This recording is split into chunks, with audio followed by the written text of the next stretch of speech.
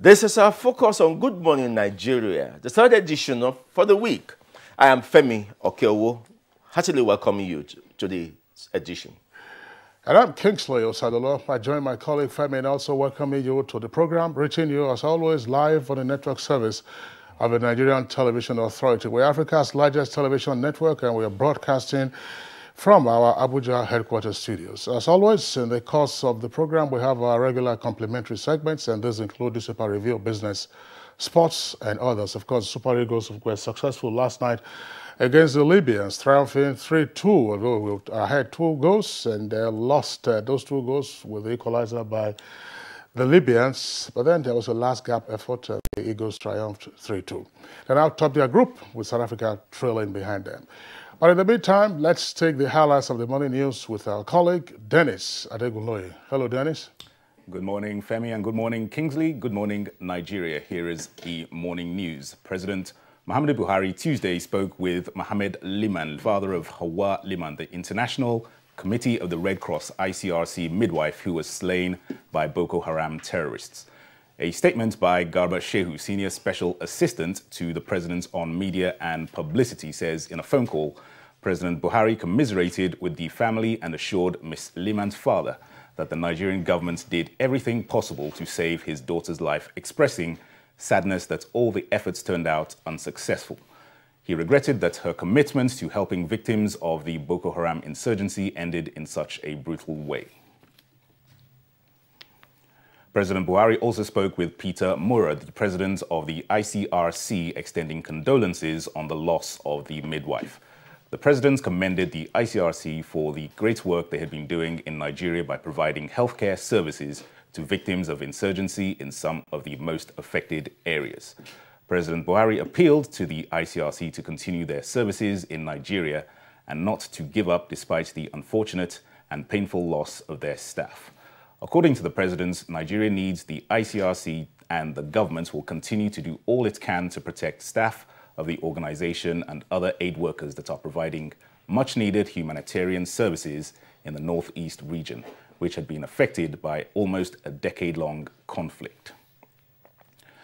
The desperate manner in which the nation's youth dared the Sahara Desert and Mediterranean Sea to take menial jobs abroad is hurting the pride of Nigeria. President Muhammadu Buhari said this while exchanging views with the outgoing High Commissioner of the Republic of Namibia. The president promised to put a stop to the disturbing trend by making the country livable again. President Buhari noted that Nigeria and South Sudan have a lot in common as regards developmental aspirations. Although even for Nigeria, he said it has not been smooth sailing all the way, but things are not much better, and now much better. And since the troubled country wants to share from Nigeria's experience, the federal government would support where it can towards achieving stability. The president, however, advised Sudan to keep making sacrifices to that and enable environments can be created, stressing that stability should be the #1 priority. Nigerians and the international community have been assured that the 2019 general election will not only be free and fair, but will usher the country into a more promising era of peace and unity and maturity. President Buhari stated this while receiving 4 new ambassadors accredited to Nigeria. The envoys from Japan, Russia, Brazil, and the United Arab Emirates presented their letters of credence. President Muhammadu Buhari told the envoys separately that Nigeria's political and electoral institutions have continued to evolve and strengthen skills and experience after each election. Now at another threshold, the 6th and in the series since return to democracy in 1999. The president said he expects nothing short of free and fair conduct. All the ambassadors who were treated to a befitting diplomatic welcome assured the president of working hard towards enhancing ties in key sectors of the economy while wishing Nigeria the best in the forthcoming elections. Senate has approved 53 billion naira for security agencies for the 2019 general elections. This was part of the funds requested by President Muhammadu Buhari in the Supplementary Budget and Environment 2018. Aggregate sum of 242 billion 245,050,100 naira be approved as payment for the 2019 general elections for ANEC. In a similar development, the House of Representatives has approved for environment the sum of 831,259,220,000 naira and 255 naira to fund INEC for 2019 general elections that will be sourced from 2018 Appropriation Act.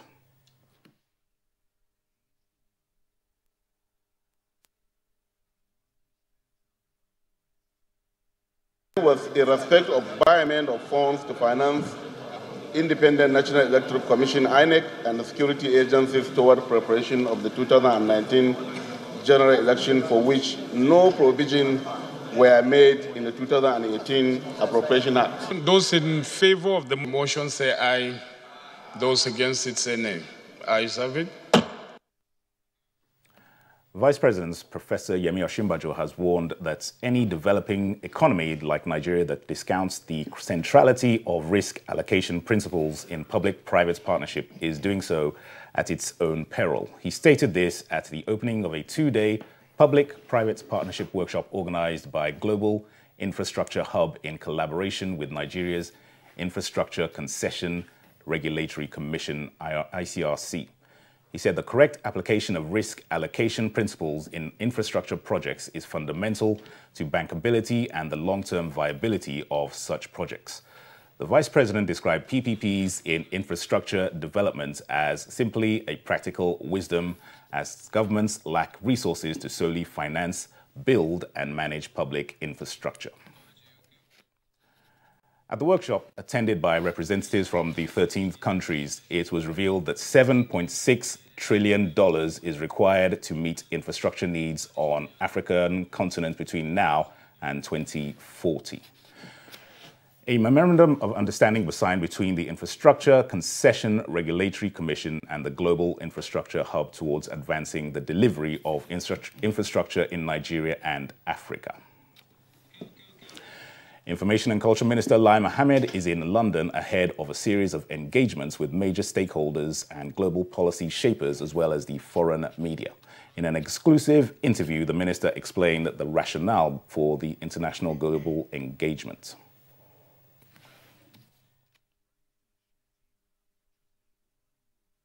This becomes very important in view of attempts by naysayers to actually give a negative narrative about, happenings in Nigeria. So it's part of our, continuous engagement with, major foreign media outlets and international think tanks. This is in addition to what we do at home. At home too, we do engage regularly, the major stakeholders and also major, think tanks. He also spoke on areas of major concern which must be put in perspective for a broader understanding. Well, that's the news for this morning on Good Morning Nigeria. Kingsley and Femi will be back after this timeout. Unemployment, notably youth unemployment, features strongly in our party's manifesto. We intend to attack the problem frontally through revival of agriculture.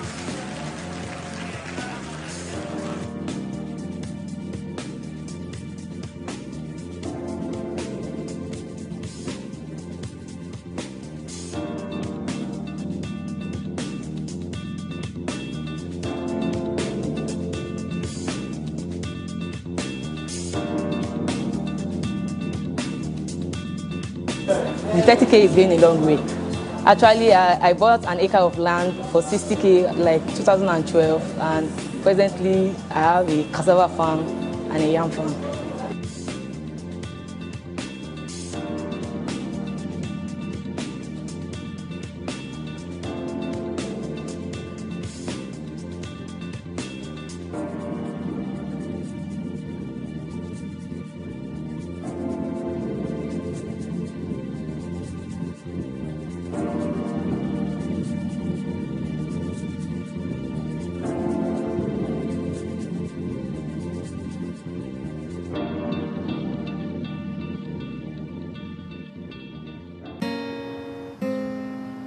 What's up? His friends didn't come.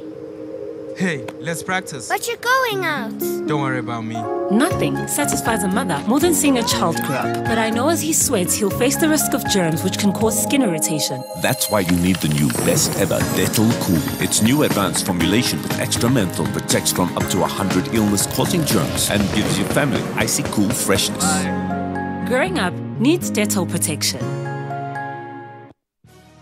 Reorganized, trained, and fully equipped, we are the new improved Nigeria Police Force. We fight crime. We bust syndicates. Whatever the crime, wherever the hideout, the Nigeria Police Force will get you busted. Stop kidnapping, armed robbery, murder, pipeline vandalism, and other criminal activities. Be productive. Be security conscious. Join the police force to secure your life and property. This message is from the Nigeria Police Force Public Relations Department. The Aerial Assurance Challenge. Oh, thank you. But what assurance can you give our daughter? Everything. With the new look Aerial, I can even do the laundry. Prove it then. Okay.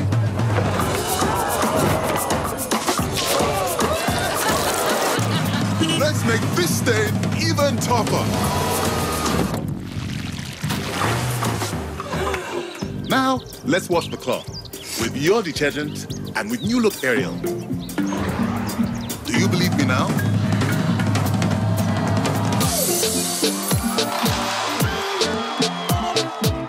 Aerial, now in a new look pack.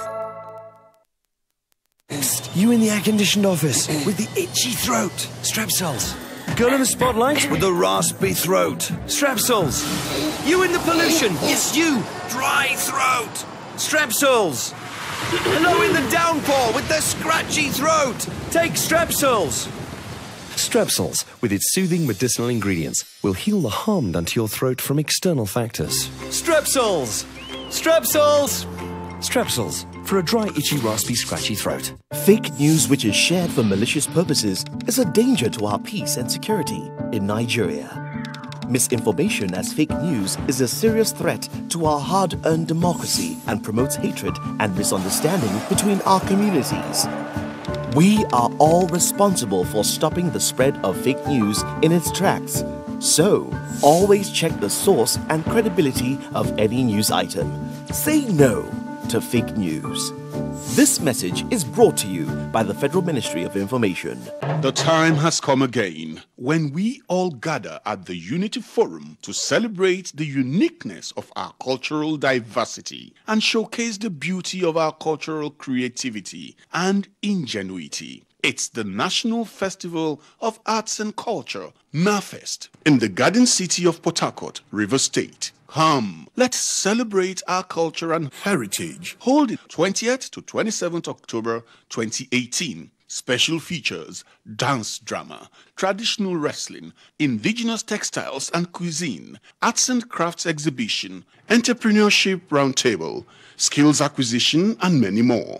20th to 27th October 2018. Be a part of history.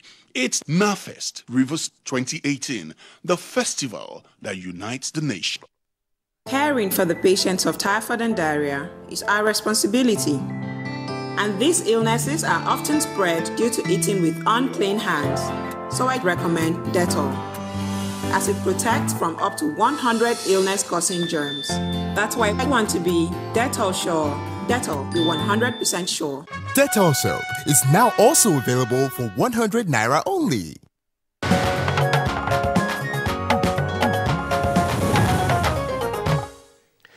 Yes, you are still with us. Good morning, Nigeria, and we go to business now. Revelations from the Ministry of Budget and National Planning indicate that the 2017 budget recorded over 80% implementation.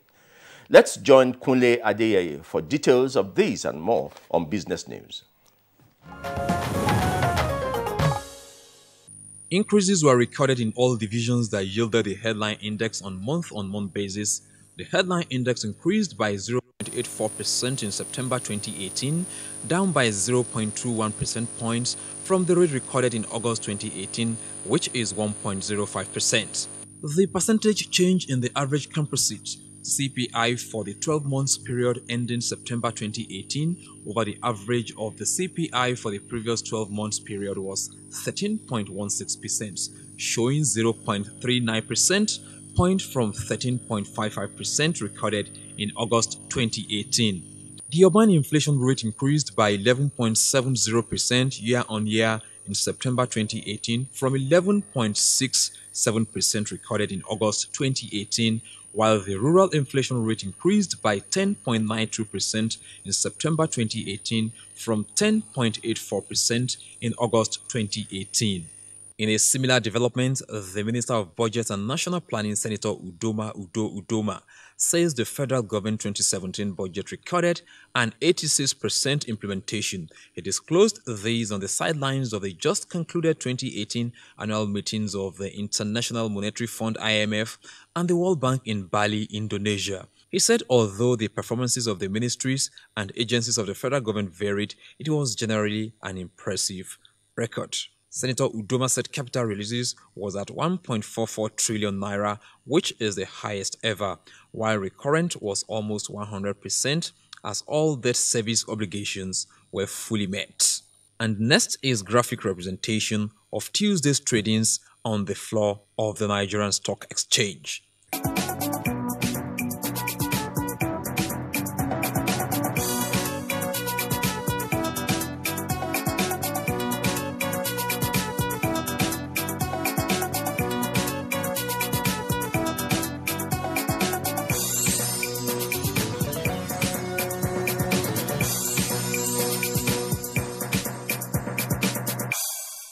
With business news, I'm Kunle Adeyeye.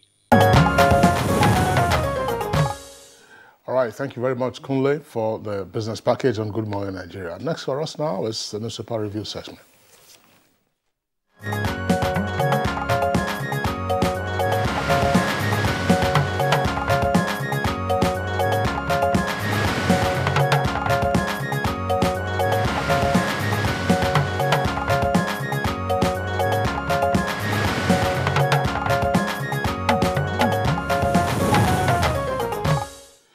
Newspaper reviewer Bayo Atoyebe is right here with us in the studios as always. Bayo, good morning and welcome to the program. Thank you, Kinsley. Good morning. Good morning, Femi. Welcome. Good morning, Nigeria. Yeah, your appearance is very bright this morning. Thank you. We're very delighted. Yes, we won 3-2, and that enhanced our position. We are now first in Group E. Oh, that's right. And that's very, very reassuring. We now have a final match, November 16th, with South Africa, and with them 1 point behind us. Even a draw will see us through. And that's at home here in Nigeria. Yes. That's right. But of course, South Africa did the unthinkable, if you like, not too long ago when they defeated Nigeria on home soil. They had never beaten Nigeria in the past. So there should be a grudge match, as it were. You know, Nigeria should seek to exact their own pound of flesh. But regardless, congratulations to the Super Eagles and Bayo Atoyebe. I know that you were awake to watch that match. I did as well. All right, we have Daily Trust, Punch, The Authority, New Telegraph, and others. The Punch is a very busy front page, so we just take it right from the top to the bottom. Inflation rate rises to 11.2%. That's on page 25. That's the Punch. Row in Senate over $3.8 billion subsidy payment probe. Page 25. And Fayemi sworn in says Fayoshe's government was an error. That's page 10. Atom picks running mate, says he'll respect powers separation. Page 40. And 2 earpieces there beside the nameplate of the Punch newspaper, 2019 elections. Reps approve Buhari's 242.2 billion naira request.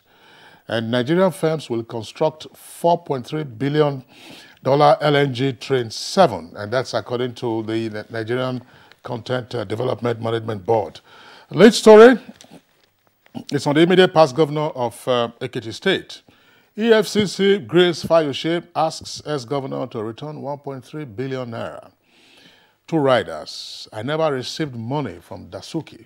Dasuki is a former national security advisor, And that's according to Fayoshe. A drama as Wike, Fani Kayode, or Zekhobe follow ex-governor to EFCC's office.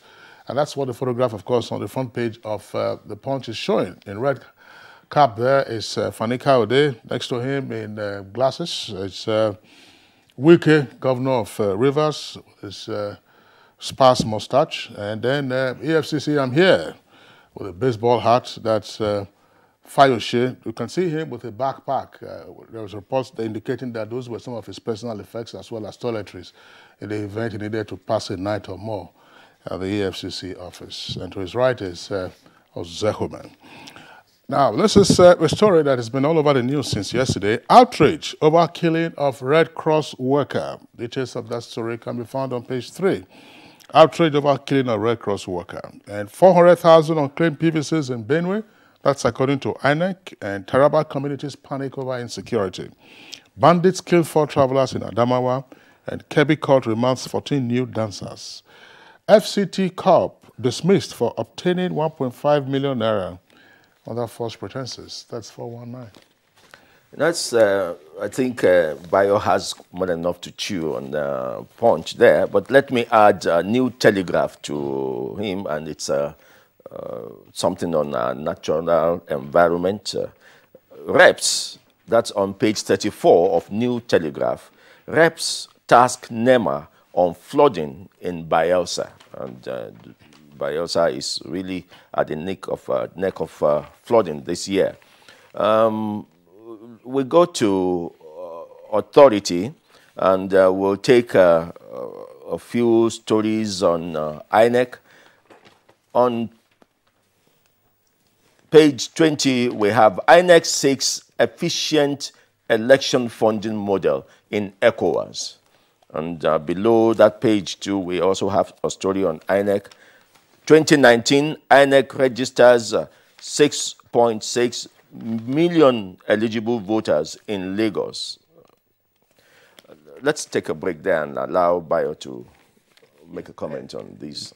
President Muhammadu Buhari has joined the condemnation of the execution and murder of Hawa Liman. He expressed his concern and agony to the father of the lady, Muhammad Liman, and he said his administration did all it could to secure the life of the lady. The Minister of Health has also joined in the outrage and said even in war circles around the world, health workers are recognized as humanitarian workers and are never touched. And it's very sad and very barbaric for the terrorists to have done what they did. Meanwhile, the stories that have dominated the pages relate to the budget that has been passed by the National Assembly. Papers are indicating that the Senate passed a separate figure and the House of Representatives also passed a different figure. From the reports from the newspaper, the Senate approved 242 billion, 255 million, 50,000 and 100 naira for INEC and 5 security agencies, while the House of Representatives approved a sum of 589.015 billion for the budget.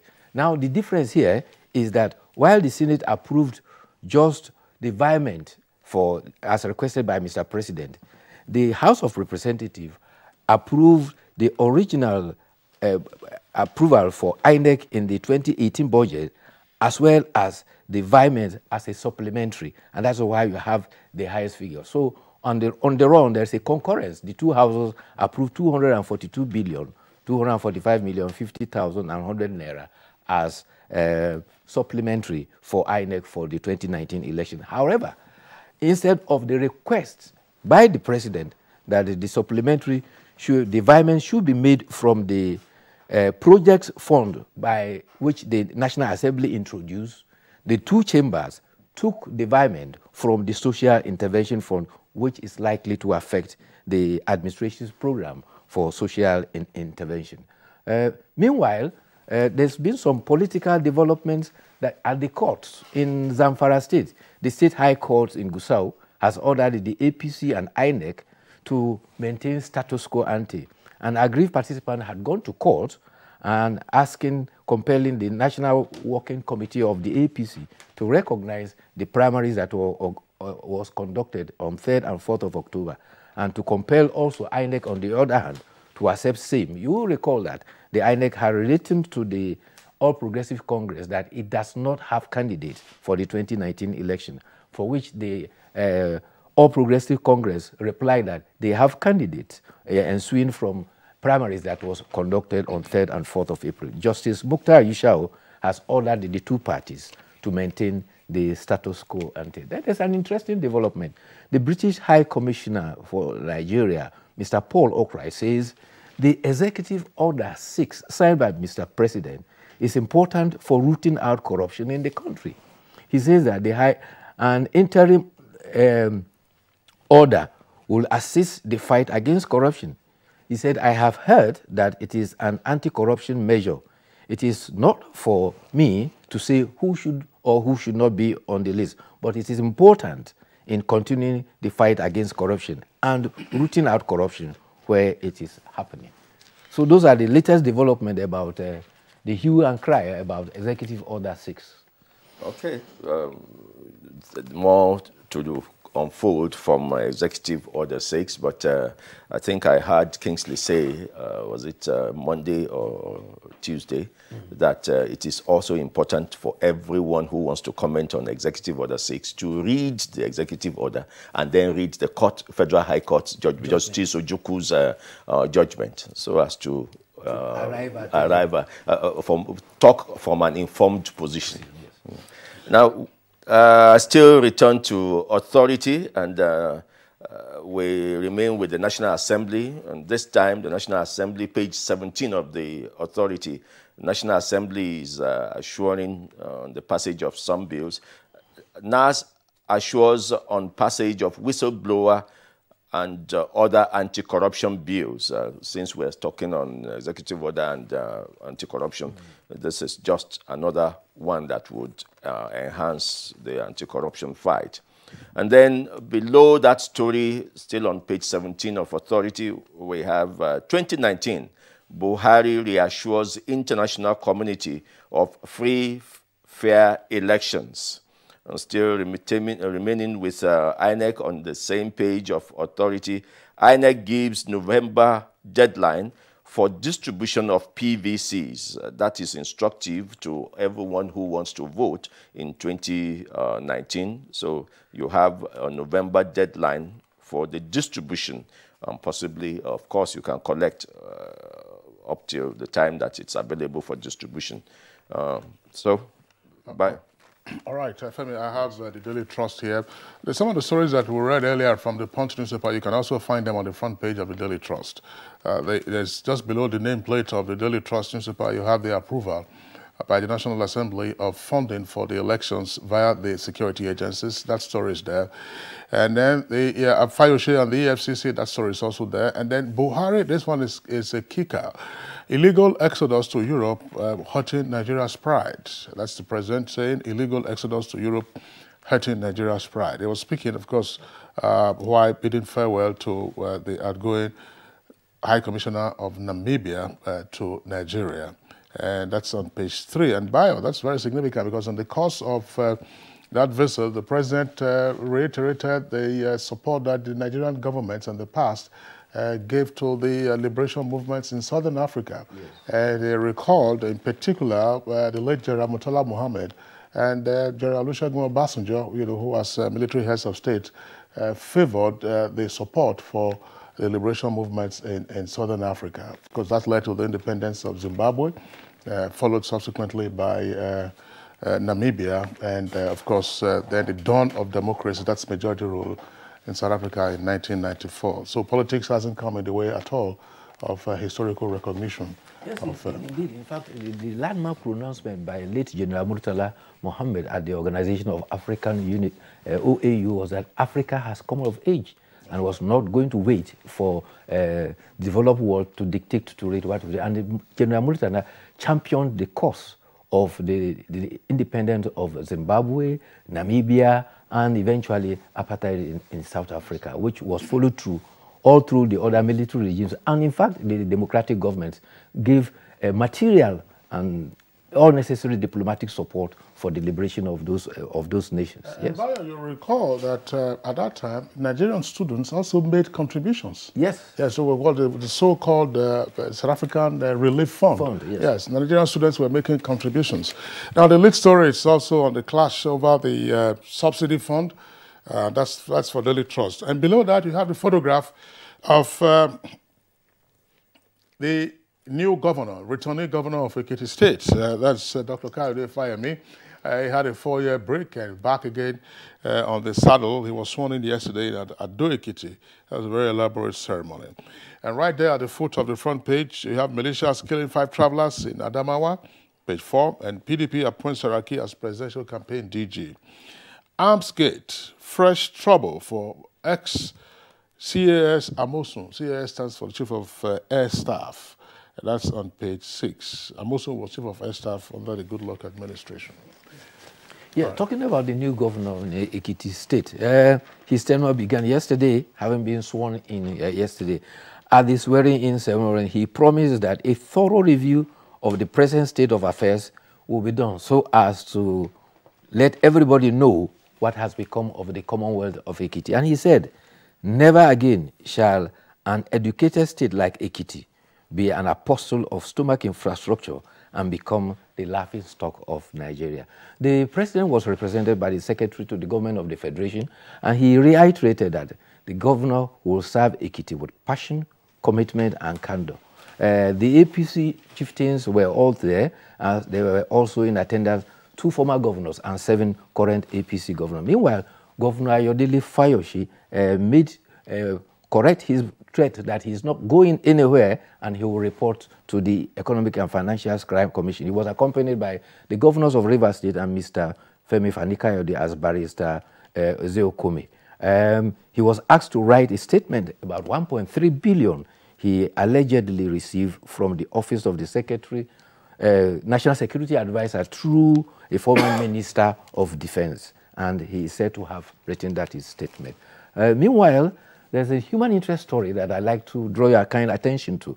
A 20-year-old lady yesterday took her father to Magajingari Sharia Court in Kaduna for the father's refusal to allow her marry a man she loves. She said that she has attained marriageable age, but her father is refusing to accept her heartthrob.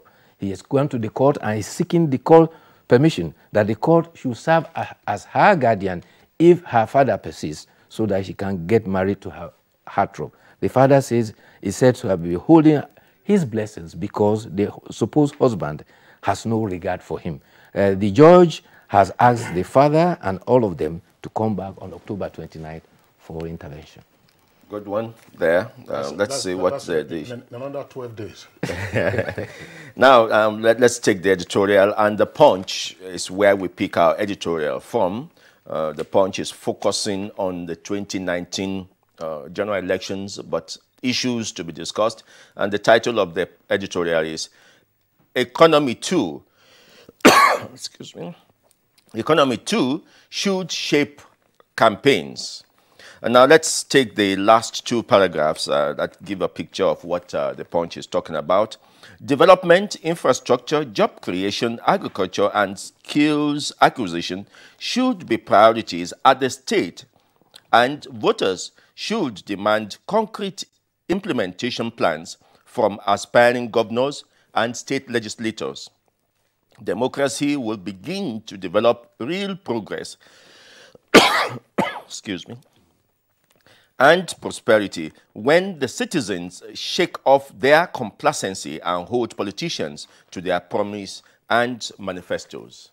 Yes, the kernel of the editorial by Punch is that the economy should shape campaigns. In other words, campaigns should refrain from being just a matter of name-calling, abuses, and resort to foul language about opponents. Rather, they should tackle the challenges that are facing the nation, which the Punch identifies to include restructuring, revitalizing the economy, security, as well as coordination of the nation by way of reviving the economy. He says citizens must hold politicians accountable for their promises and also make specific demand of politicians as their priority for matters that are of challenge to the nation. So campaigns should not just be sloganeering and just name-calling, but should be addressing the problems and challenges that the nation are facing. And the electorate must take note of them and hold those politicians accountable for the promises they make. All right. INEC says officially campaigns will start next month. November 18th, yes. For the presidential. Bayo, I would like to thank you for being here. But just before we let you go, let's just take a look at the sign language page. That is coming from the Daily Trust newspaper, page 24. If we look at that, if you frame it properly, let's take it up a bit. Sign language. It says this is from the UK. Open 24 hours, 11 p.m. to 6 a.m. 7 hours equals 24 hours. That's coming from the UK. Bayo, thank you. All right. So you'll be with us 24 hours from tomorrow, Bayo. Yes. I believe so. Yes. That will be 7 a.m. to 7:30 p.m. All right, Bayo, thanks a lot for being around. See you tomorrow. Okay, we'll take a short break now. Hate speech is not a joke. It incites genocide and crimes against humanity. Most of Africa's civil wars are caused by hate speech from one tribe against another. We don't want it here. The Nigerian government stands firm against hate speech. Under no conditions whatsoever should we tolerate or excuse or justify hate speech or hateful conduct of any kind, especially where such is illegal.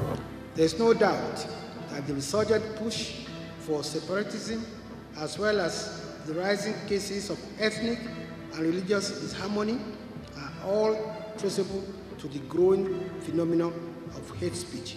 One nation bound in freedom, peace and unity. Nigeria, one nation, one people. This is a public service announcement brought to you by NTA.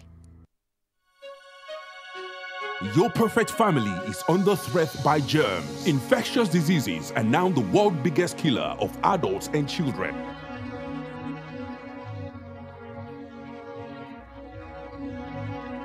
These infectious diseases are caused by germs. They are everywhere. An average human being comes in contact with over 1 million germs daily in unclean water, dirty surfaces, in the toilets, on cuts and wounds, on your clothes. Germs can cause deadly diseases like typhoid, diarrhea, flu, and cough. To protect your family from germs, use the power of Dettol's One Cap Flu for surface cleaning in your bathing water, in your laundry water, for first aid to protect your family from up to 100 illness-causing germs. Introducing Dettol Antiseptic Liquid in Sachet for only 40 naira. Endorsed by the Nigerian Medical Association. These days, people get their news and information from more media sources than ever before. Some of the news and information given are fake, unverified, doctored, and manufactured to create confusion, stir disaffection, and cause disunity. Before you believe or share any news, ask yourself, is this real? Is it from a credible source? Is it verified or verifiable? Fake news is dangerous. Whether you do it for fun or for political gains, real people can get hurt. Fake news, don't create it, don't spread it. This is a public service announcement from NTA. Helen! Your kitchen gets 10 out of 10. Thank you. This also gets a 10. Should we see the toilet now? Sure. This gets just 1. It is clean. But not perfect 10. Better than my detergent and bleach? Impossible. Challenge? Try the new Apic 10X. Compared to bleach and detergent, Apic sticker formulation removes yellow stains times better, giving you a sparkling clean toilet. Wow. Now you also take that Apic 10X challenge. Also available in 200 ml pack.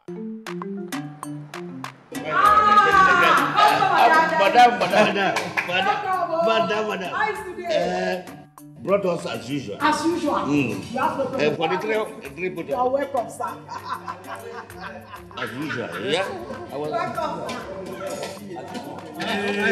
You take that one. Yes. Take that one. You don't understand? We want Nigerian homegrown rice. Finish. You don't have. You don't have. Join the rice revolution today. No other rice that tastes like Nigerian rice. Are you sorry? That's the Nigerian rice you are talking about. Chocolate made in Nigerian rice. Healthy food. I'm going to bring Mrs. Mobu to come to chocolate rice of made in Nigeria here. And see how it are made. Correct. And how they are cook it. Correct. Homegrown rice are good for your health. It boosts our economy and give employment to our people. This message is brought to you by the Federal Ministry of Information and Culture. Caring for the patients of typhoid and diarrhea is our responsibility. And these illnesses are often spread due to eating with unclean hands. So I recommend Dettol, as it protects from up to 100 illness-causing germs. That's why I want to be Dettol sure. Dettol, be 100% sure. Dettol soap is now also available for 100 Naira only.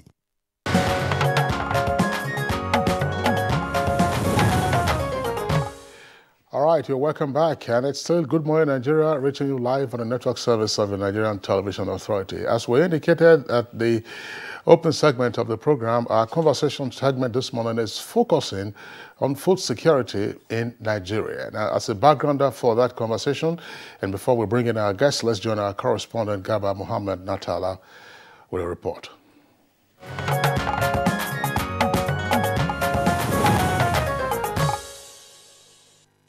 Despite the huge agricultural potential of Nigeria, food remains a challenge to most households across the country. A development observers say is unacceptable.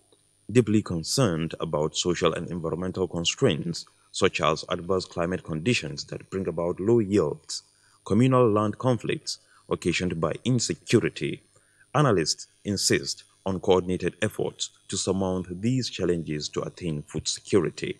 Poor harvest, rise in food prices, inadequate storage for food crops, coupled with low funding in the agricultural sector, necessitated households to remain highly dependent on assistance to meet their essential needs in different parts of Nigeria.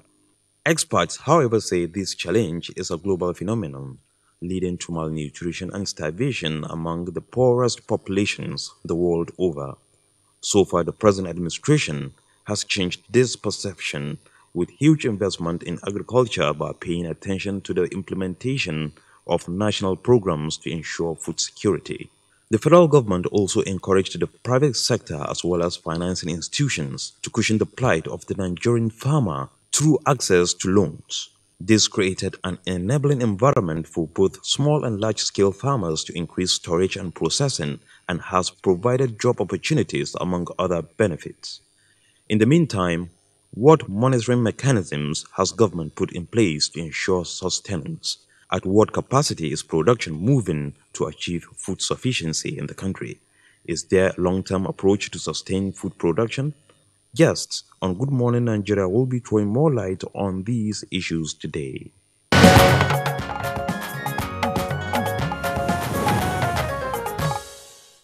Thank you very much. We have at least 3 guests with us in the studios who are regulars on Good Morning Nigeria whenever we're discussing food and food issues. But let's introduce the latest guest that we are having here to discuss the issues today. He is Mawule Sabla. He's a nutrition and food system expert at the Food and Agriculture Organization, FAO, one of the specialized agencies of the United Nations. Sabla, Mawule, pleasure to have you with us on the program this morning. Thank you very much for having me.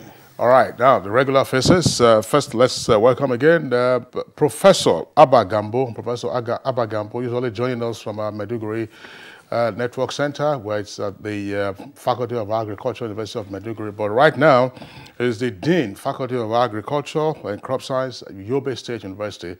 That's at the capital, Damaturu. Professor Abba Gambo, pleasure to have you join us. Instantly, it's good to be back home. Yes. And you're also joining us is the President of Farmers Association of Nigeria, Architect Kabir Ibrahim. You're welcome to Good Morning Nigeria. Thank you very much. Thank you. We also have with us another regular, the National Coordinator, National Agricultural Foundation of Nigeria, Dr. Samuel Nagadu. Welcome to Good Morning Nigeria. Good morning. Yeah. Now, should we start? Let me take Dr. Samuel Negadu first and ask, there are people who say that food security is just as delicate as national security. Where do you place, they say one can lead to a physical breakdown of security. How do you place food security in a nation's life? Well, I look at it the other way around. What I see is food insecurity leads to national insecurity. Because in everyday language in Nigeria, we say an angry man. A hungry man is an angry man. And so, in Nigeria, right from Abuja through the spread of this country, where we found out that so many people are underprovided, especially from what we see now, the urban poor and the people who are so poor in the rural environment that they cannot even meet their production needs. And so the food insecurity stays on. We have a lot of fertile land in Nigeria, but what will make it possible is every day getting out of the reach of the ordinary Nigerian. We have land, but the credit is not there. And if the credit is not there, you cannot get to the farm and be productive. So I still maintain the fact that if we don't have food security, we are going to have a lot of national insecurity. Now, let's also, let's take your thoughts, Mawule. Let's take your thoughts about the delicate placing of these two issues. Thank you very much. And once again, let me bring you greetings from His Excellency Sofian Koroma, the FAO representative for Nigeria, and also acknowledge the very fruitful collaboration between the Food and Agriculture Organization and the government and people of Nigeria. And His Excellency, the President, is really passionate about nourishing Nigeria, not just feeding Nigerians, but nourishing Nigeria. Because following on the MDGs to the Sustainable Development Goals, the states and governments decided to ensure that the SDG 2 is focusing on food security, nutrition, and sustainable agriculture. Because we have realized that it's not sufficient to just have food. Nigerians must be nourished. And what does it mean, being nourished? Being nourished implies that you are able to diversify your production so that your population have access to diversified food of different nutrient sources.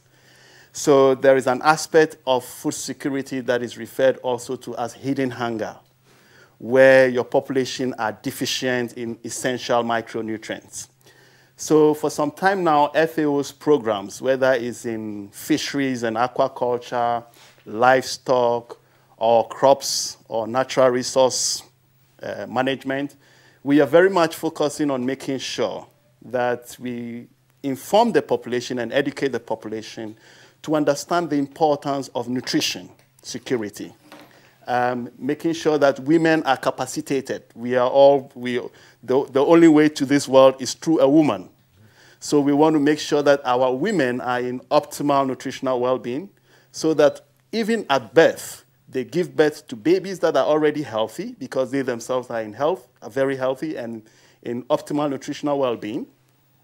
And those children have the right birth weight and are able to grow up in an environment that ensures optimal health, optimal nutritional well-being.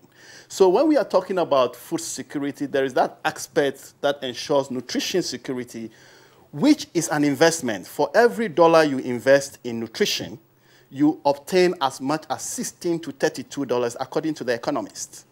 So we want to make sure that our population are in optimal health so that even when they go to the farm, their productivity increases.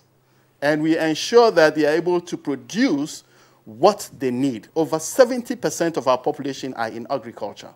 We first of all have to meet their needs. There is a significant amount of food waste and food losses because we do not have the technology to process and transform them and organize the market in such a way that the food is available both physically and economically in terms of financial access, because we are all not farmers. But if you are not a farmer and you want to buy food, you should have access to the food you want to buy. And you must buy food and diversify your food supply base so that you meet your nutritional well-being.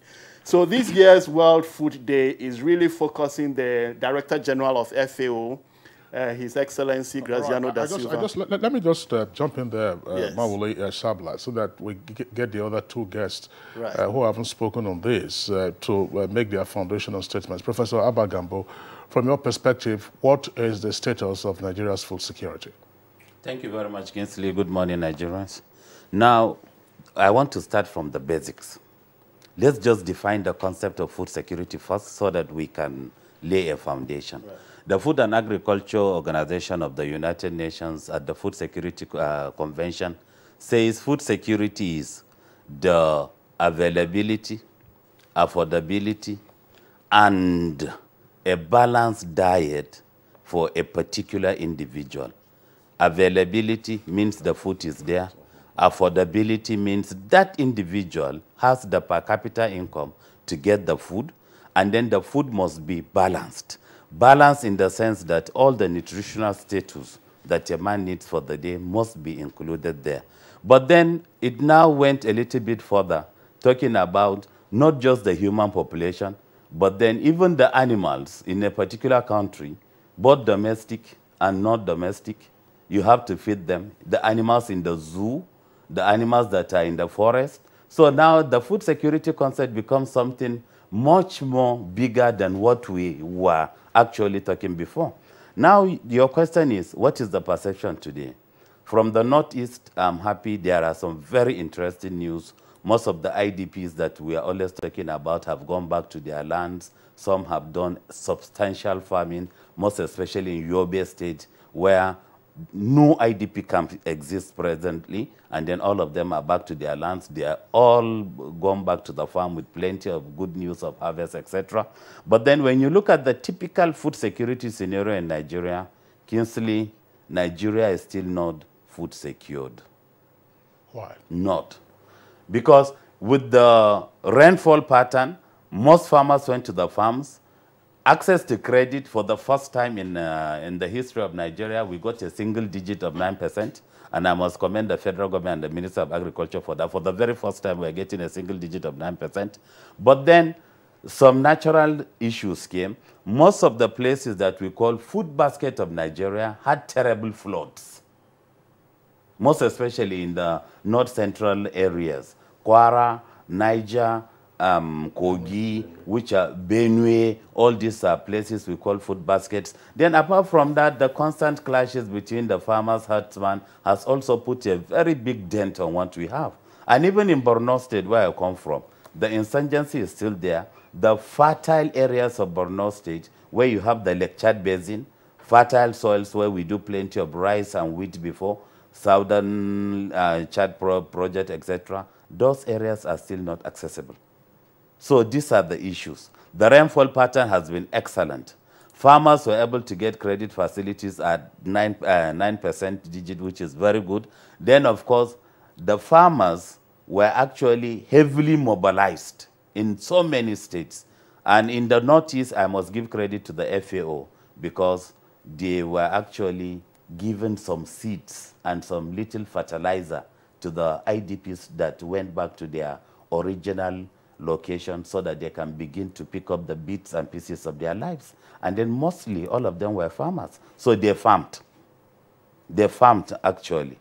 But then the little skirmishes here and there has actually made the production not to be available for the whole of Nigeria. Is there a special reference or a special parameter for ascertaining food security?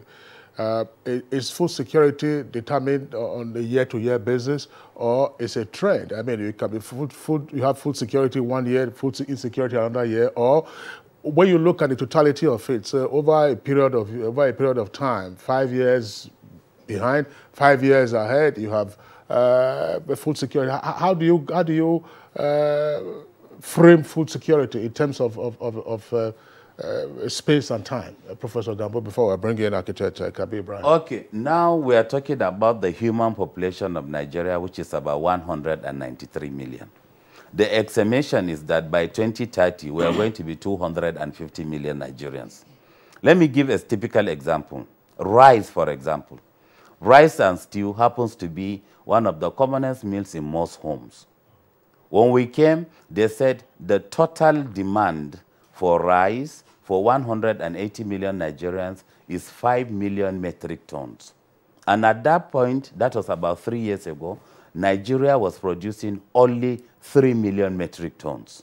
The remaining 2 million metric tons has to be imported, and it was costing the government about 517 billion naira per annum. So now the question is how to close the gap. Closing the gap means you have to do certain things. And the first thing we said, which the government took, was instead of planting rice just once, we can actually go ahead and do the 2-season planting, which the president launched in Kebbi State in November 2015 and has given boost to so many farmers in the northwestern region. And then another thing that is of very importance that we must know is, it's not a kind of situation that is dynamic.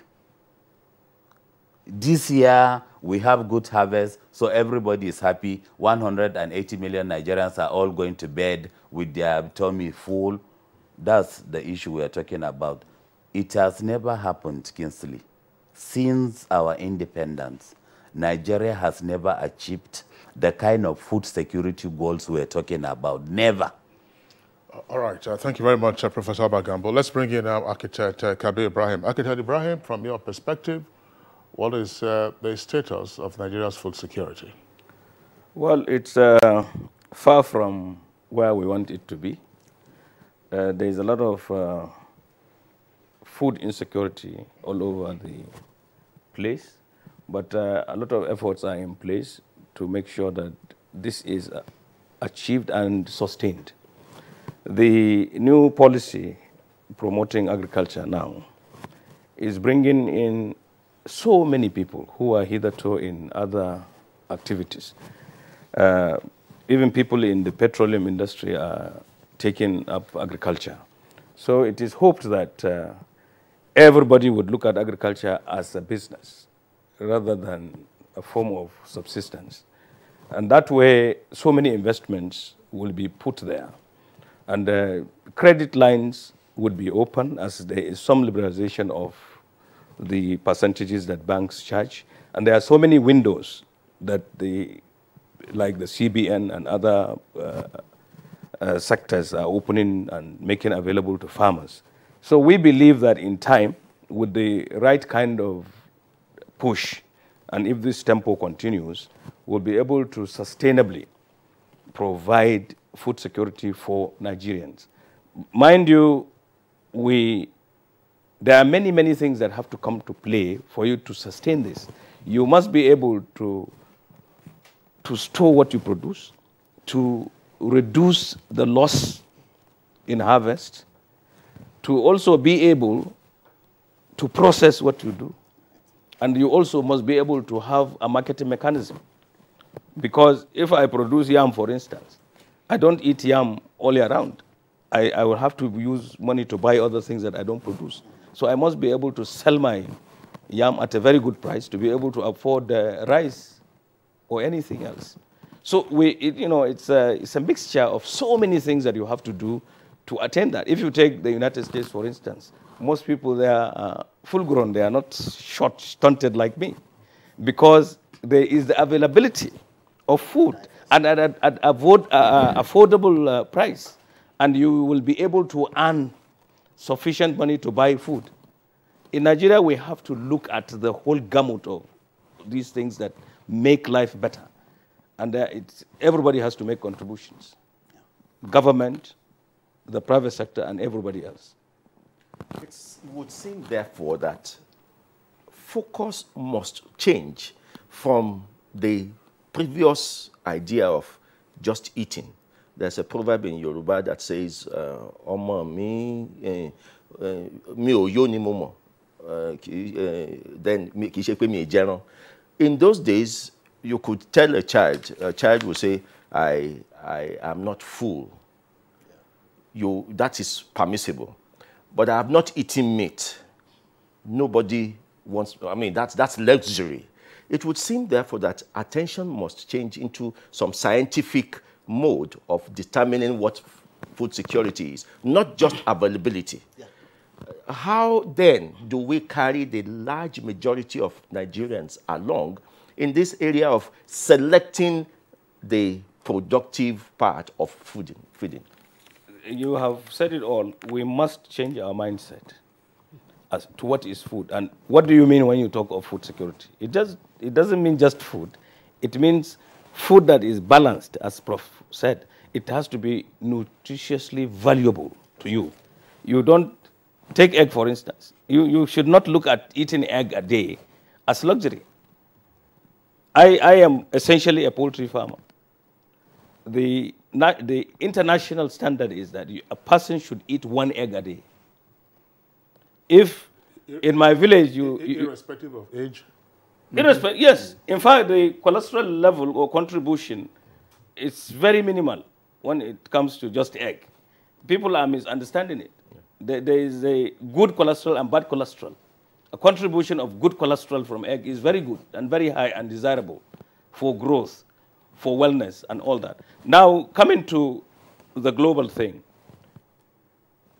if you take the school feeding program that we are witnessing today, there is a mixture of so many things, protein, carbohydrate and all that in a small pack at probably 70 naira. But a choice of these things is being deliberately made so that they contribute to the wellness of the individual. It's not just anything. Maybe if you just put gari for 70 naira, there is nothing, no protein, nothing, no semblance of it or anything, it will not work. It will just be food. So we must make a deliberate effort to provide for people what is really, really, really balanced. People must eat what is balanced to be productive.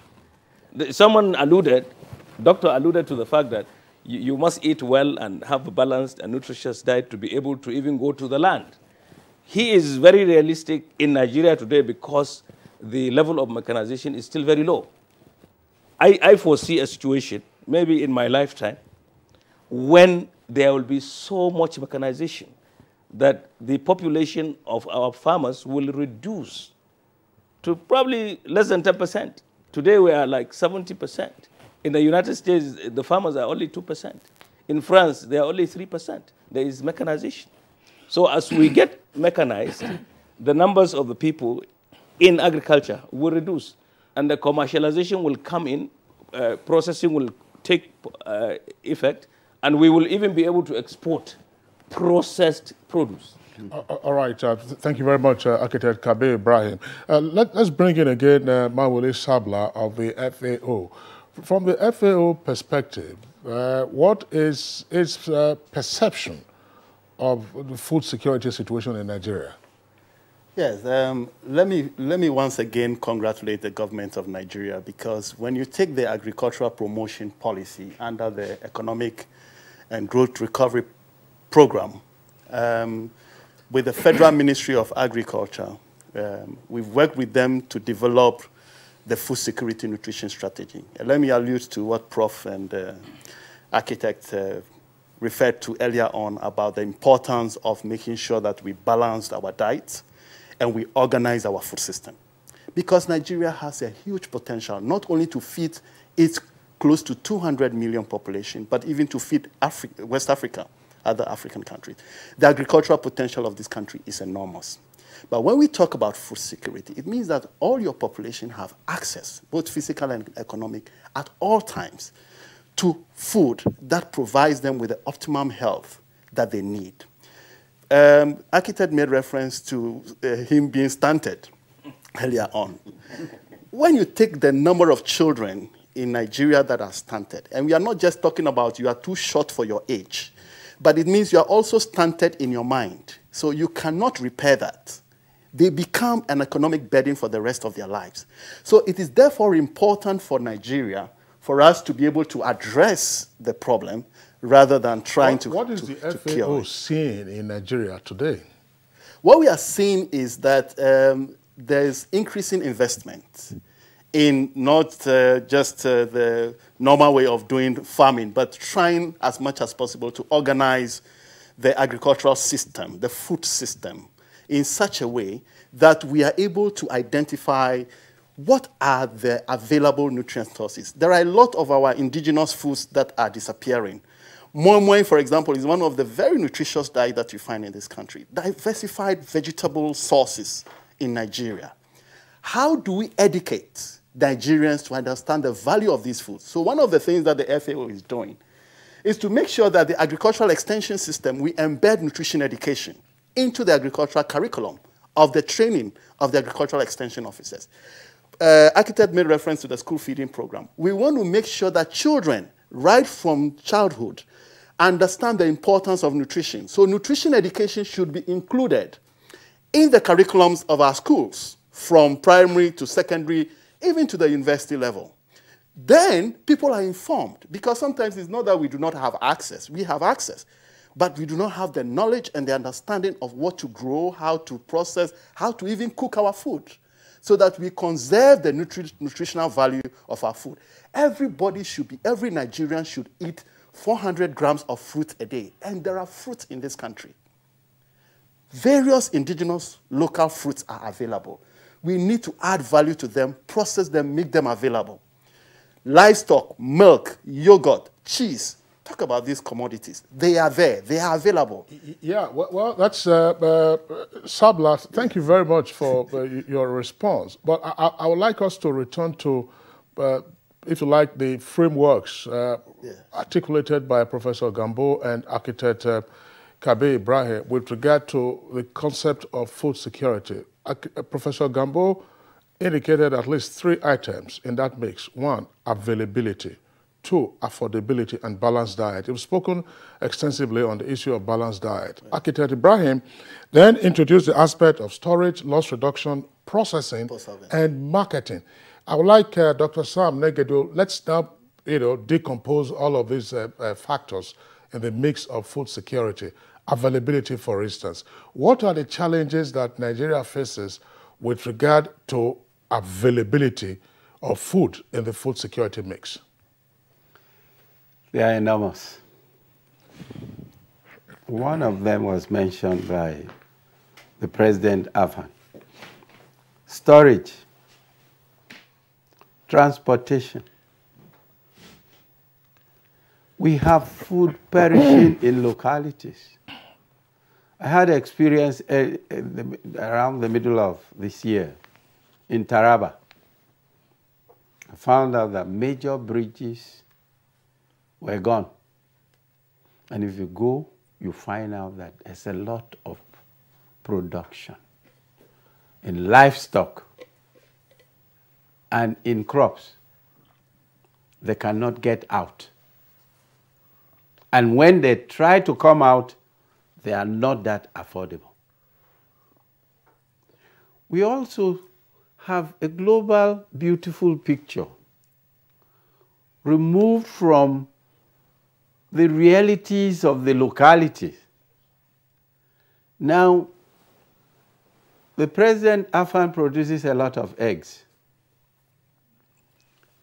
The eggs, the neighbors to his farm, most of them may not even be able to get out to buy,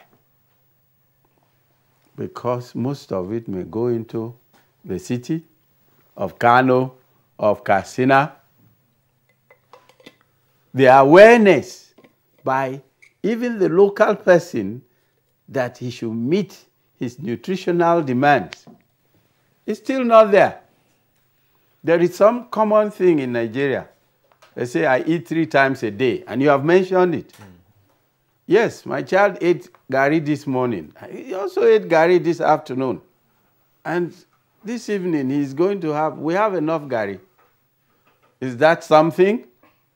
This education mentioned by the FAO has to go to the grassroots level. But then, Professor Gambo will tell me that he's doing a lot of classroom job. The government at the state and the federal level have good intention. We want them to make that good intention reachable. Extension is still not what we want. Either encourage the private extension service so that this awareness can grow. That somebody who produces a leafo will get the value and not take them all the way to town to sell. You have people growing ugu at the back of their houses. They are not having enough minerals. You have this poor education within our system. And some people will tell you outright, yes, I've eaten. Well, I thank God I even have something to eat. That statement is still sound and in place in Nigeria. And I think we should get to a point that we will say, okay, the average Nigerian is well informed. The elite in Nigeria is shifting to health food. We want it to reach down because the other Nigerians are still removed from that reality. Now, since independence, every government seems to recognize that something needs to be done, and you can see from our history that we have had various attempts at improving our food security.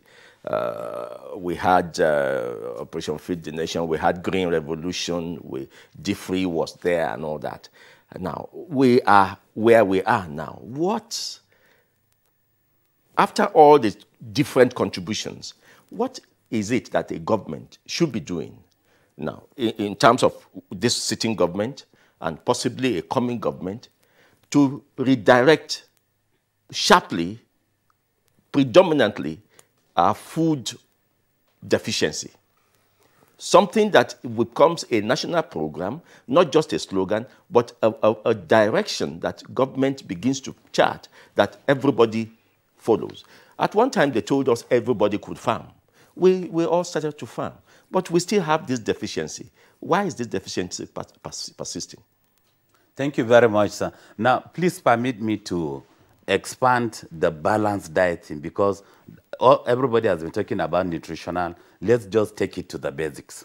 What we mean by balance is there are 4 classes of food that you must eat every day for you to have a balanced diet. Number 1, milk and milk products. Number 2, meat and meat products. Number 3, grains and cereals. Then number 4, fruits and vegetables. If these 4 classes of food are never captured in the 3 diets or the 3 dishes you eat every day, then definitely, however great you are, however big you are not eating a balanced diet. But do you realize that our local communities have some of these things at their beck and call? They just have it at the back. Mr. Okio, I sincerely agree with you, but then let's just do a simple analysis quickly. Pounded yam with egusi soup. You understand? Yes. Pounded yam, pure starch. So you now have what I mean by the carbohydrates, you have that one. Then let's take at the egusi soup, depending on your pocket, that's how the soup is, right? So egusi, the egusi is there, melon, which is pure vegetable also with some proteins. Then you have the oil that is going to be there. So it's now taking charge of the other products I'm talking about. Then the meat and the fish. I said meat and meat products. Yes. You understand? But then after eating your pounded yam and egusi, excellently, you wipe your hands, you clean your hands. What happens to the milk and milk products? So that milk issue, it's the major thing that is hindering food security in Nigeria all over. Every individual is supposed to take a glass of milk per day, which is lacking in Nigeria, definitely. But then all the other three groups are there. Now to your question quickly, what can the government do sharply to make sure that the narrative is changed? And the only thing the government can do sharply to make sure that a new trajectory is brought into agriculture and food security is by mopping up the youths into agriculture. Today, there are 10.3 million youths that are out of school, and more than 90% of them are in the northern states. So what happens to them? And you have to feed them. So we want a situation whereby the government will come up with an intensive and motivational project that will endear the youths, all of them. You now see them parading after NYSC 2 years, 3 years, no job. So we want a kind of situation whereby you can motivate all the youths into agriculture, and that is going to change the narrative sharply. If, for example, every year the NYSC graduates are made to engage into some form of agricultural activities, the food security situation is going to change, definitely. And one thing with agriculture is something that you plant it and then you reap as quickly as possible. The issue of Dr. Negedu saying Alefo, which is amaranthus, the gestation period is just 21 days. You plant amaranthus today, exactly 21 days your amaranthus is ready, you go to the market and then you get the money. So it's a kind of physical thing, physical.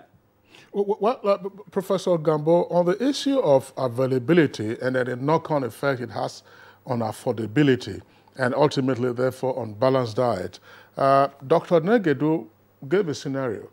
He says that we can find a number of communities that, despite the ongoing methods of agricultural production, there's a lot of production that is going on. I know we know seeds and seedlings are pouring in, and then there are efforts to ginger up agricultural production. But he then talked about the evacuation of the agricultural produce when they are available. Bridges have been washed out, and then the farmers are unable, therefore, to evacuate their produce.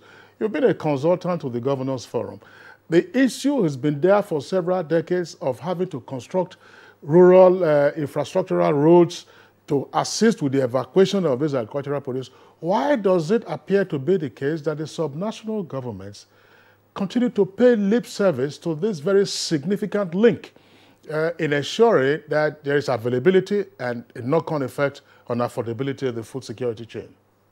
Thank you very much, Kinsley. In July 2001, the 19 northern governors consulted Admiral Murtala Nyako, Dr. Shetima Mustafa, and the present Minister of Agriculture, Chief Audu Ogbe, to come up with a Marshall Plan for the 19 northern states. The major recommendation that was given is, when you grow and then you harvest, what happens to it? So that's the value addition. Kinsley, 2001 to date, all the 19 northern states, none has put up a simple processing plant for any agricultural product. Let's take the issue of Kano State, for example. Kano grows plenty of tomatoes across the Kura, Churomawa axis. The tomatoes are there. But then the post-harvest loss, Kinsley, is 69% according to our statistics. So every 100 fruits of tomato that you harvest, 69 doesn't get to the table. It's rotten. So we now said, why can't the state governments put up a small processing plant based on your comparative advantage? If you are a citrus state, you can put up a small citrus processing plant. If you are an onion state, you can still put a processing plant to make the onions into flakes, whatever, etc. But the issue is, we did a peer review under the Nigerian Governors Forum, 36 states of Nigeria. Kinsley, the fact is, no state has a single agro-processing plant existing governmentally. There is none. And I stand to be quoted. And then the second issue is, the farming procedure, at the time you're doing the harvest, for example, yam that everybody is quoting about, when you're slashing and then digging up, you also put some little pricks on the yam and it's gone. The tuber, once you just prick it, as little as possible, it cannot reach the market because the color begins to change right there. Your pawpaw, as you're harvesting, if there is a little prick somewhere, it can't reach. Even the bananas and the plantains. So you make sure that you harvest them in modern ways that they cannot be injured, because every injury takes it out. So Kingsley, the most important thing is, whether we like it or not, the government has to come up with processing plants to add value. That is one. Then secondly, accessibility of roads, very important. Now the people at Taraba, all their yams are going to be rotten. The flooded areas, all the rice is already gone. The legumes, cowpea, soybean, etc., they are already gone. But then if there are some kind of buffer situations, NIMET gave the recommendation that 9 states are going to be flooded. And I was expecting the Federal Ministry of Agriculture to be proactive. Get ready, because some floods actually agriculturally are beneficial and advantageous. I'm sorry to say, not the human loss, but agriculturally, new nutrients are brought, organic manure are brought. Exactly. So the soil becomes more fertile. So if the flooded area is now receding back, there are little crops that you can put, and then you can even gain more than what you have. A very good example is sweet potato. If the rice farm is washed away, and then you can instantly put sweet potato, what you're going to get out of it might even be more from the original rice you put into. But then all those farmers are there without any incentives from anywhere. Yeah, that has to do with extension services that not only will be required. That's right. I'm sorry, Professor Abagambo, thanks a lot. I'm just wondering, Dr. Negado, we have something before we bring in Architect Ibrahim again. One link that is missing here. Namely? Government has changed hands over these years, and there's no continuation in programs. This continuation, the government, as we keep on saying, is a continuum. And if it is to be so, let there be positive carryover of the good effects. But for now, programs are identified with government, and when they are out of place, they are dropped. And this is happening more at the state level where agriculture is happening. I don't know. Well, thank you very much, Dr. Negado. Architect Kabir Ibrahim, this aspect of rural infrastructure, particularly with regard to roads and then access and then value addition, even at the cottage industry level, why have we not keyed in? Because from what you say and what you have said on this program and all other guests that we have had, look, even if we took subsistence agricultural production, excuse me, as we have it in Nigeria today, the chances are that our farmers are very productive. I mean, they could be more productive, but the post-harvest losses are significant. And then, of course, you have the cost that is added as a result of difficulty in evacuating the harvest. So what do we need to get right? Babangida, under his military administration, brought in DFRI, but right now, state governments hardly talk about that. I mean, some of them, I'm saying not all of them do. Local governments, they have been emasculated by the state governments. What do we need to do to reach the farms, to get to the farm gate much more readily, much more easily?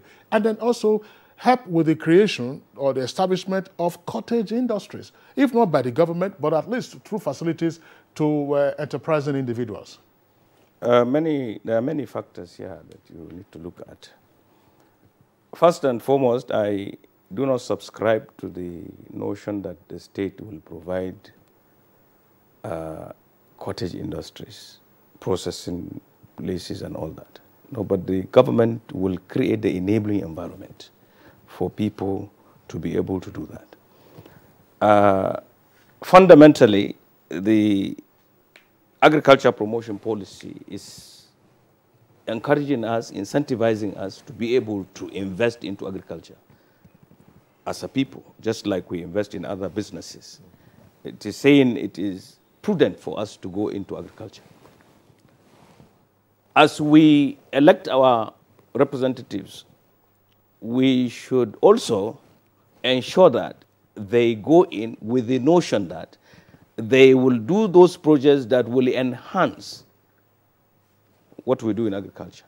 If it be the provision of feeder roads, access and all that, we hold them onto it if a person from my village aspires to become a member of the House of Assembly in my state, and we look at the nooks and crannies of our local government and find that the production areas are not accessible, and when they produce, they cannot take what they produce to the market, we will charge them to make sure that these places are opened up before we re-elect them.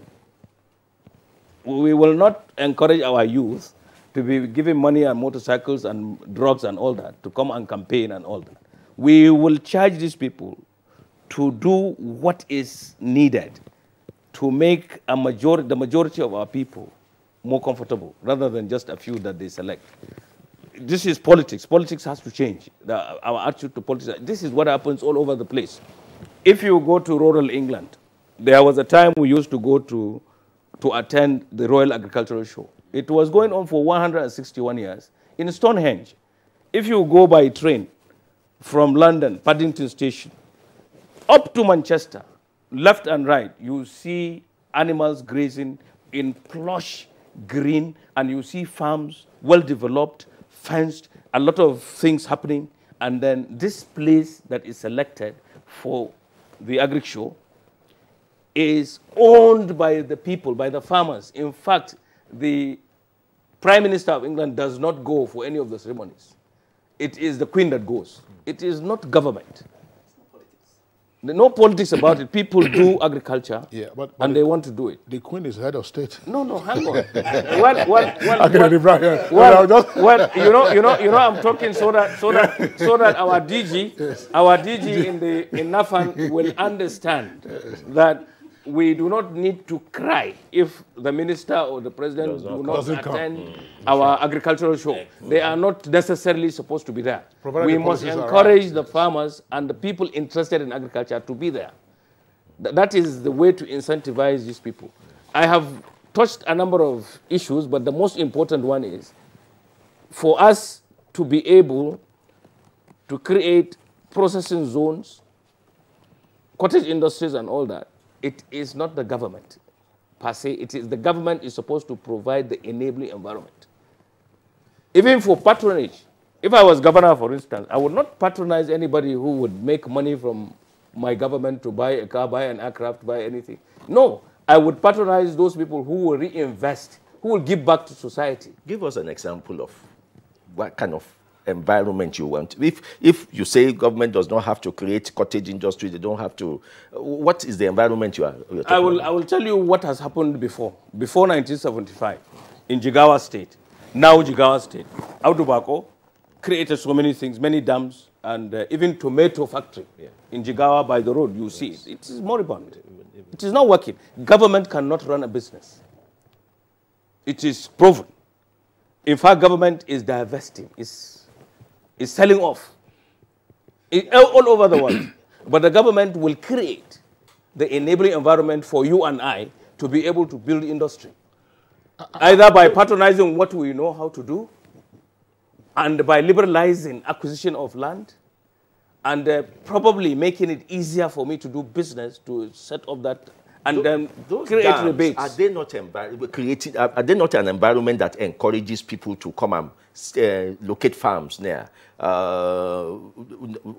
From Kano, as you enter part of Kaduna State, you see some strings of dams. Are they not part of the environment that government needs? They are, yes. Bagauda, those areas, you find that they are. In fact, that is why even from the rudiments of performance in the agricultural show, Kano State always comes first, because all these enabling environments are there, and the people are able to farm, and they produce a lot more than other places where these things are non-existent. It works, and we should encourage it. People should get into government with the proper understanding of what needs to be done, and we put them in place because they can do what we want them to do. All right, Architect Ibrahim, let's pause in the meantime. We're taking a short break. When we return, we continue with the conversation. We'll also take the tweets that have come in.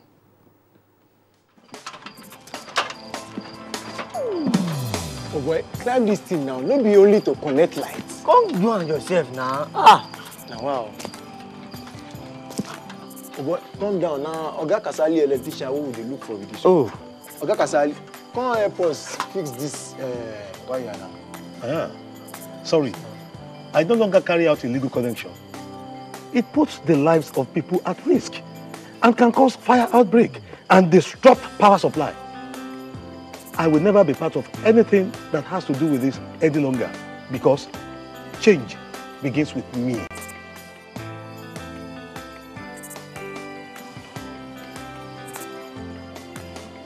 Oh boy, letting him talk makes sense.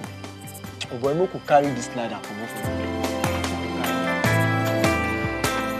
This message is brought to you by the National Orientation Agency in conjunction with the Federal Ministry of Information and Culture. When I was a little girl, I loved spending time with Mum and Grandma cleaning the house. I was so excited to sing in the choir. And your shirts are always so white. I knew what Mum's secret was. Today, I'm a modern woman that still trusts the secrets passed down to me. It's Jik, of course. The original trusted bleach, which can be used all around your house for amazing results. Shh, it's our little secret. It's no secret. It's Jik's best ever extra whitening power. Just Jik it. For years, the NTA has been promoting science, technology, arts and crafts under the tagged name National Children's Expo. We are set with another edition as we gather children around Nigeria. Junior category ages 6 to 12 and senior category ages 13 to 18. The theme for Expo 2018, achieving self-sufficiency in agriculture, meeting the challenges of security and exposition of alternative energy as pathways to national development. Date, October 21st to 25th, 2018. Venue, NTA Headquarters Arena, Area 11, Garki, Abuja. We are set to celebrate the best of innovation across the country.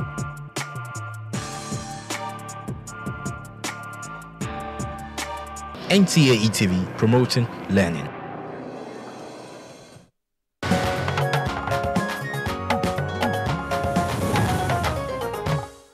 All right, welcome back from the short break, and it's still Good Morning Nigeria, and we're discussing food security in Nigeria. We have some tweets now. We'll quickly go through those tweets and then return to our guest. Dele Jack Solomon has this tweet. It says, the demand for food is greater than the supply in Nigeria.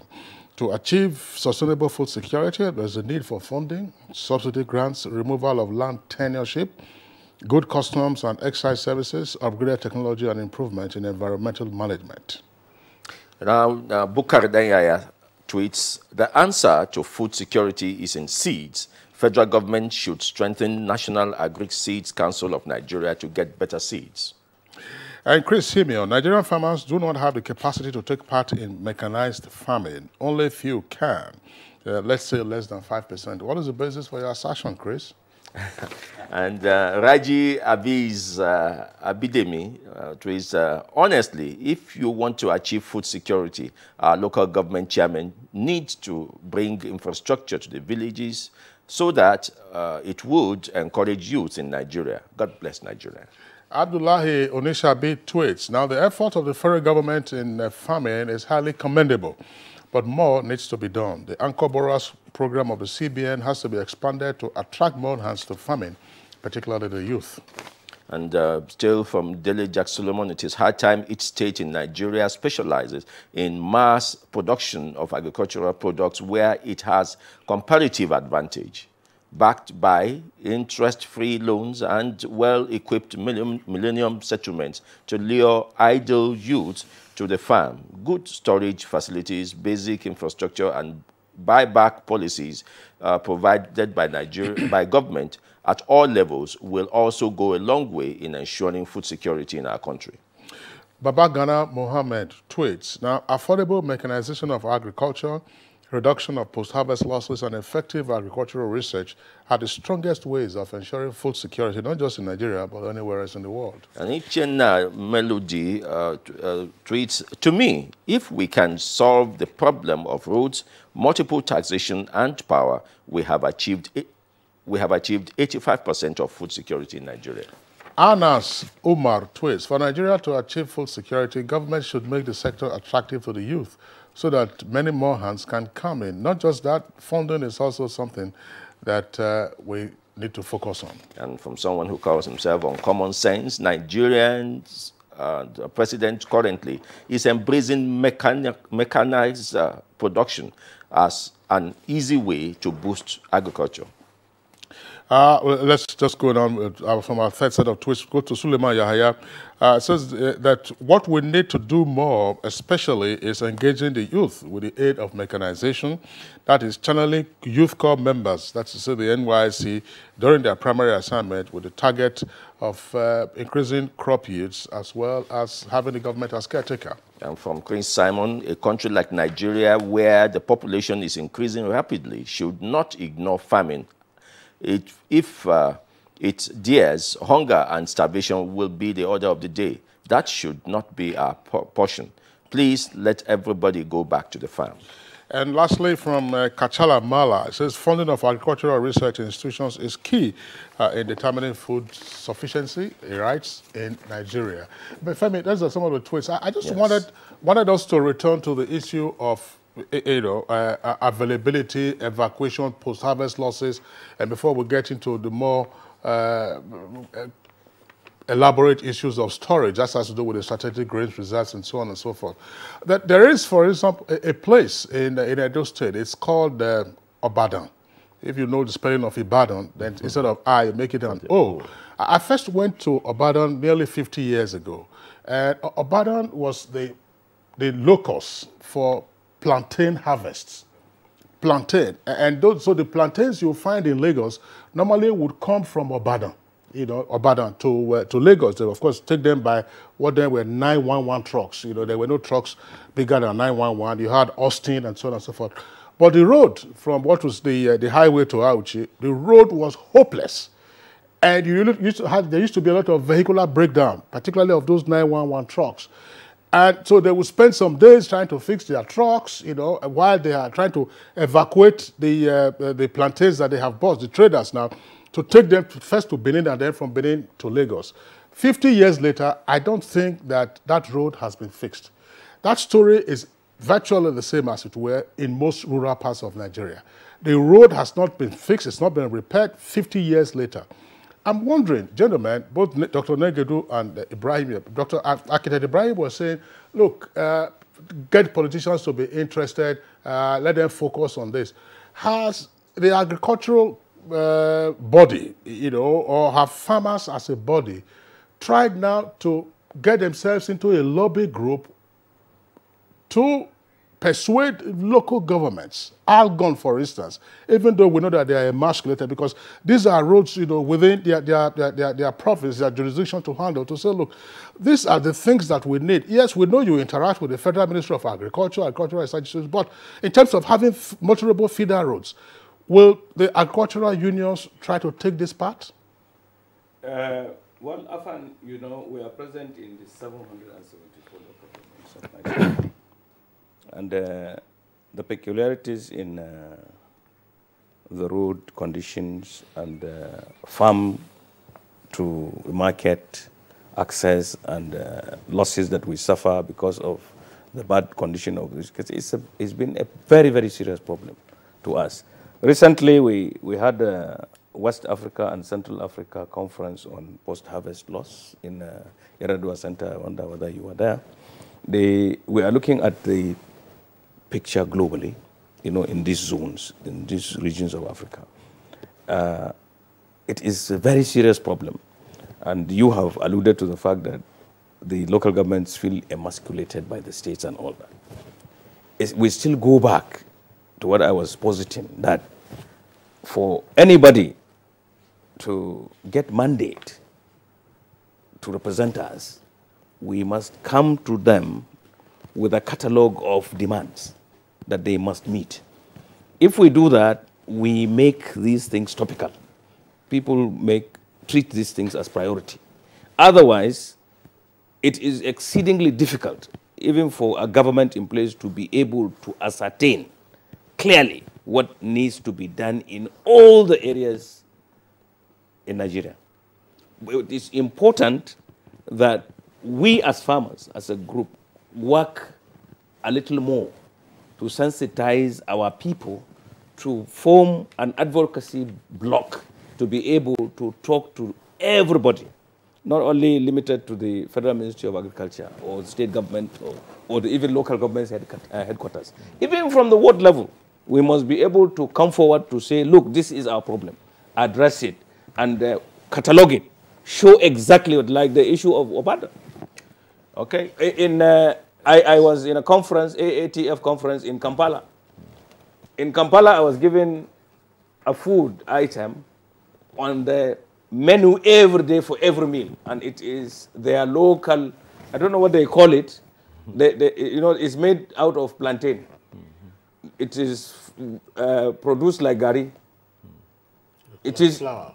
Yeah, they make it like flour, and it is like fufu. Different soups are given. It is almost there every day. It is the common factor in all the meals that come. It is the common factor, and we can do that. We are only doing that to gari. Okay. We can do that to many of these things. As we begin to wind down on this discussion and look forward, we hear of Agenda 2030. What are the things that we can begin to look forward in this agenda that would help us reach where we want to reach? Thank you very much. Agenda 2030 and the Sustainable Development Goals. We are saying that zero hunger is achievable in our generation, in our lifetime. In fact, we produce enough food, sufficient to be able to feed everybody in this world. Of course, I will always say that food is something that we should not politicize. Like we made reference to it. I mean, it's fundamental for national security. But if you take the SDGs, you realize that nutrition underlines most of the 17 Sustainable Development Goals. So we are saying that if you are able to make sure that you put your population in optimal nutritional well-being, you will be able to drive your economic development in a very strategic way. But one of the factors that we have been missing is capacity, which has not come to the fore. We've spoken, Professor Negedo made reference to the need for education. But capacity is key. Even for small, medium-scale enterprises, you need capacity to be able for people to understand what they need to be producing. Documentation of operational procedures, record-keeping systems, most of our small, medium-scale enterprises, they don't have it. So when you change one staff, another staff comes in, they're doing things differently. Consistency in the way we plan. We have beautiful plans and strategies in place, policies and programs in place. But without the capacity and the continuous training to reinforce capacity, if you want youth to go into agriculture, you need to reinforce their capacity. You need to organize the system in such a way that you produce enough food technologists, you produce enough engineers, you produce sufficient, and make sure you retain them. Within the agricultural value chain. All right, Sabla, thank you very much. Professor Abagambo, still on the aspect of food security relating to storage, are we up to scratch with regard to our strategic grains reserves? There are 33 strategic silos in Nigeria, in 33 states. The silos, big silos, you have them in 33 states out of the 36 states. And Kingsley, to amaze you, that more than 99% of the silos are empty. So that is a basic fact. But then quickly I want to add that the losses are not just on the farm or on the road. Losses are also in the homes. So we have to bring, Nigerians are naturally wasteful people.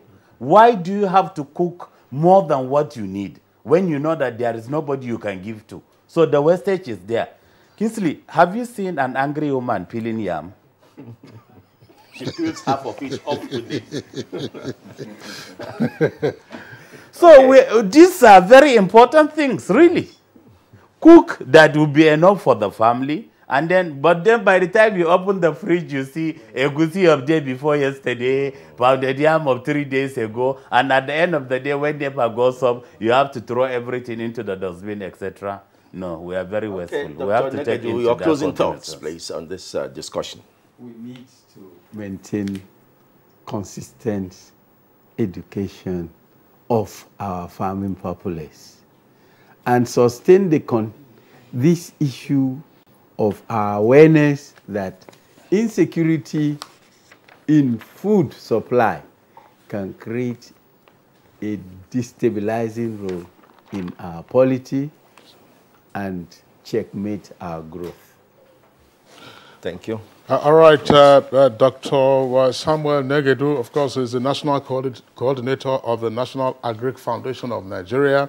We'd like to thank you for being part of our conversation. I do hope you follow up with architect Kabe Ibrahim with regard to creating an advocacy group to the subnationals with particular focus on feeder roads as well as greater attention to agricultural production and evacuation. Thanks a lot for being with us on the program.